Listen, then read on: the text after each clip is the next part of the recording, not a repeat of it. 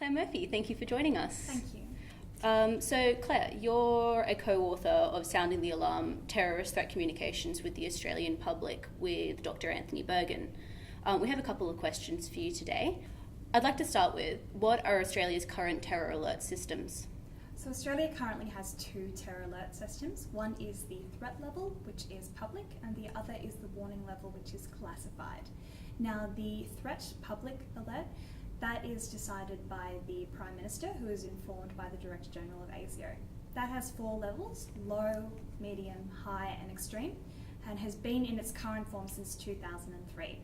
Obviously, we don't know as much about the classified level, but this is decided by the Director-General of ASIO himself. Okay. And what recent developments have there been in the current systems? So in September last year, the public threat level was raised to high for the first time since the system was modified in 2003. This was decided by the Prime Minister, who was advised, as I mentioned, by the Director-General of ASIO. Now, the previous day, the Director-General of ASIO raised the classified level to high, and this was the first time that this level was ever made public. Okay. What role do state and territories play in communicating the alert? There's no consistent approach to the way the states and territories discuss the terror alert. Most of them make some sort of reference to it on their government or police websites, but not all of them make reference to the terror alert. Most of them do refer back to the National Security Advisory page, which is the go-to page for looking at what exactly the terrorism alert is. Which is difficult for a country the size of Australia. Obviously, we're very large geographically, and if there's an attack in Sydney, it doesn't necessarily raise the alert in, say, northwestern Australia. So there are some criticism of this system. What comparisons can you make to other terror alert systems around the world? Australia's system possibly echoes that of the United Kingdom most closely, in that it has a series of levels which are described using words. It's also quite close to the New Zealand system, which is very nuanced. That has 6 different levels, which is quite a lot for a country that doesn't have too much experience with terrorism. By contrast, there are a number of states, for example, the United States and France, which both have systems with 2 tiers. By contrast, again, there are some states that don't have very formalised systems at all. So Germany doesn't seem to have a very public terror alert system. Canada doesn't seem to have much of a public alert system either.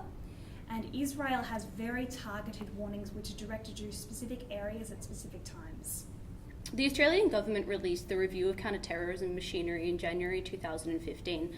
What findings did this review make on the terror alert system? They made 3 key findings on the terrorism alert system.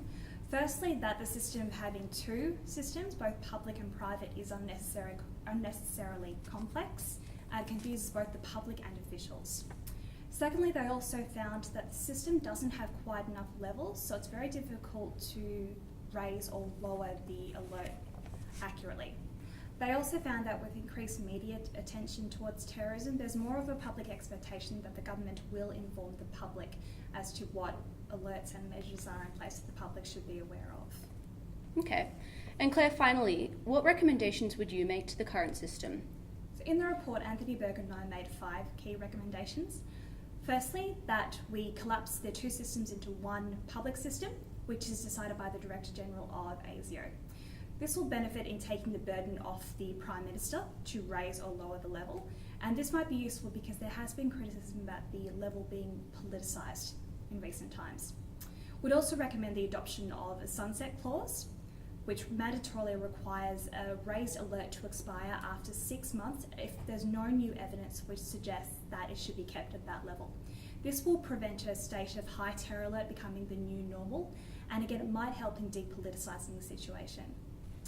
We also believe there's a benefit in providing some sort of geographic guidance. As I've mentioned, Australia is a very big country, and it doesn't necessarily make sense to have one terror alert which is valid for the entire country. So we might recommend the government looks at, say, the Victorian example of streaming fire alerts by region, so we can provide more accurate and nuanced advice. There's also the notion of providing a public awareness campaign. So we'd recommend that the government implement these changes by launching some sort of awareness campaign and also using social media. We'd recommend they adopt a national security Twitter account, which would not only inform the public at the level, but also provide other hard and soft power resources which are crucial to our counter-terrorism machinery. We'd also recommend that the government test the narratives by checking the language amongst the public and making sure that when an alert is issued, it is useful to the public. Okay, thank you very much, Claire, and I'm looking forward to reading it. Thank you.